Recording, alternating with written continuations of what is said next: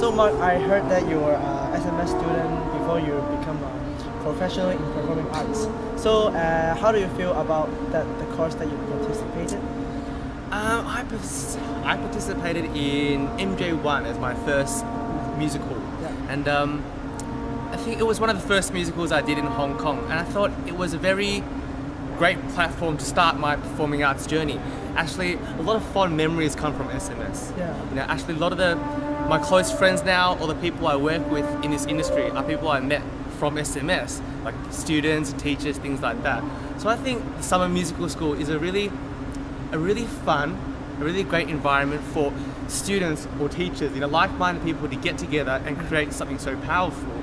So I think summer musical school is great for students, young and old, who don't know what to do with their summer, to get together, and if they love performing, love dancing or singing or acting or all three of them, anything performing arts related.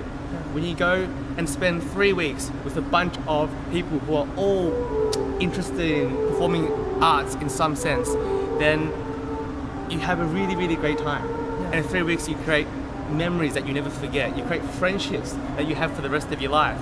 And most important, you learn skill sets that will help you become a better performer. So I know that you are a singing coach of SMS. So what is the big difference between pop singing and musical theatre singing?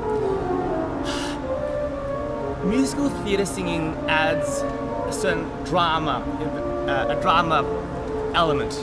When you sing musical theatre, we need to understand the character. For example, pop singing, you are always singing with your best voice.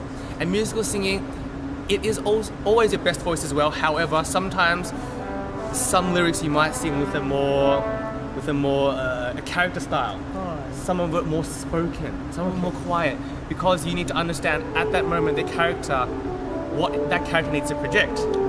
So I think that's a fun part. As a singer, I was trained vocally first, and I got into musical theatre and acting afterwards. And I found that very challenging, but also very rewarding to learn how to sing pop style and then learn how to sing musical theatre style.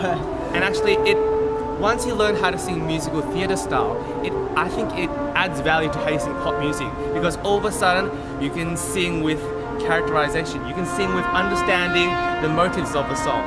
So actually, even if you prefer pop singing, after you do some musical theatre training, you go back to singing pop songs, but you have more emotion, or you have more stories to add to it.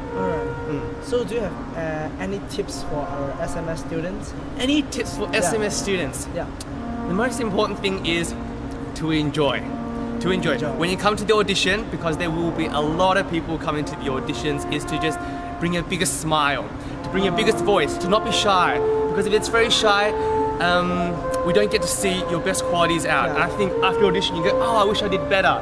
So in the audition, give your absolute 110%. Don't be nervous. That is the best tip is, when you come for the audition, give us absolutely everything.